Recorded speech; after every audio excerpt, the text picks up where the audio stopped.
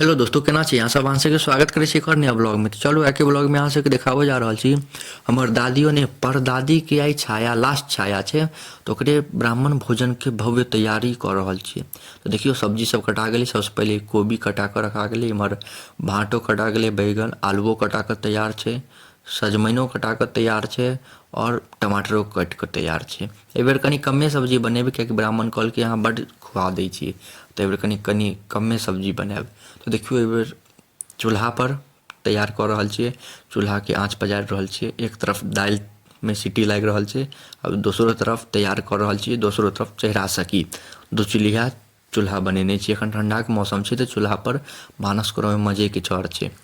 देखियो इहो तरफ पजरि गेलै आँच, अब इहो तरफ धरबै। इम्हर दालिमे बढ़िआँसँ सीटी लागि रहल यऽ। हम आवाजके म्यूट कऽ देने छी कियाकि अहाँके नॉइजसँ पीछाके आयत तऽ नहि नीक लागत, तेँ सीटी एहिमे लागि रहल छै दालिमे। देखियो दोसरो तरफ आब सजमनि चढ़ि गेलै। ठीक, कतेक बढ़िआँ सजमनि इम्हरसँ दालि निकलि गेलै। आब एहिमे बैगन अदौरी भाँटा आ आलू ईसब चढ़ि गेलै।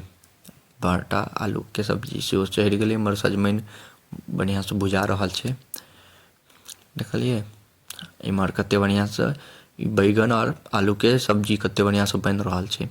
धीरे धीरे बनतै, दू एगो अथी छै। इम्हर देखियो आलू सेहो सुहा कऽ रखा गेलै, दिलवला आलू। आ इम्हर कोबी सेहो भुजा गेलै। इम्हर और सब सामान सब राखल छै। इम्हर देखियो दालि बनि कऽ तैयार छै। अहाँ सबके दालि देखा दै छी, एक सेकेंड रुकि जाओ। देखियो रुकि जाओ, ये देखियो गरमा गरम दालि बनि कऽ सबसँ पहिले तैयार भऽ गेलै और सब तैयार भऽ रहल छै। धीरे धीरे हेतै, अहाँ सबके लास्ट तक बनल रहू। देखियो इम्हर अपन सब चीज बनि रहल छै। आब देखियो इम्हर आलू कोबीके सेहो तैयारी भऽ रहल छै। इम्हर आलू कोबीके मसाला भुजा रहल छै, आलू सब भुजा रहल छै आलू कोबीके लेल सब्जी। आ इम्हर भातके लेल अधन चढ़ल छै, एहिमे भातो चढ़तै। चूल्हा सब एकदम बढ़िआँसँ ताव दऽ रहल छै, एहिपर तुरन्त बनि जाइ छै चूल्हापर। इम्हर बैगन अदौरी सेहो तैयार भऽ गेल छै। देखने रहू जे बैगन अदौरी से बनि कऽ तैयार छै। अहाँ सबके खोलि कऽ देखाबै छी। देखियो एक सेकेंड, ढक्कन हाँ निकलि गेलै। आब देखियो कतेक मस्त बनलै, सुगंध एक नंबर आबि रहल यऽ, देखलिए। तऽ इम्हर अपन ई कोबी भुजल राखल छै और सामान सब राखल छै। इम्हर देखियो दालि छै और की बनि गेलै, भुजिया बनि गेलै। ठीक, इम्हर देखियो सजमनि बनि कऽ तैयार छै। तऽ ई सब एखन चीज सब तैयार छै। आब आलू कोबी तैयार भऽ रहल छै, देखियो।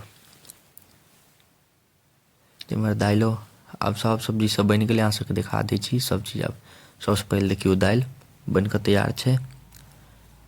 देखियो इम्हर भुजिया तैयार छै, कतेक मस्त। इम्हर सजमनि तैयार छै, कतेक मस्त मस्त सब्जी सब बनलैए।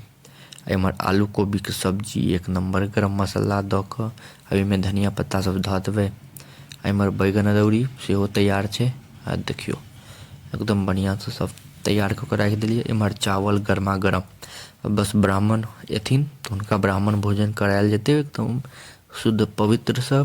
पापड़ हेतै, तिलौरी हेतै, चिप्स हेतै, अचार हेतै और घी और दही ईसब राखल छै। तऽ एतेक चीज सब आइटम सब छै, एकदम बढ़िआँसँ पवित्रसँ ब्राह्मण भोजन करेबै। आ ब्राह्मणके आबऽके देरी छै। तऽ अहाँ सबके अहाँ सबसँ मिलै छी अगला नेक्स्ट ब्लॉगमे।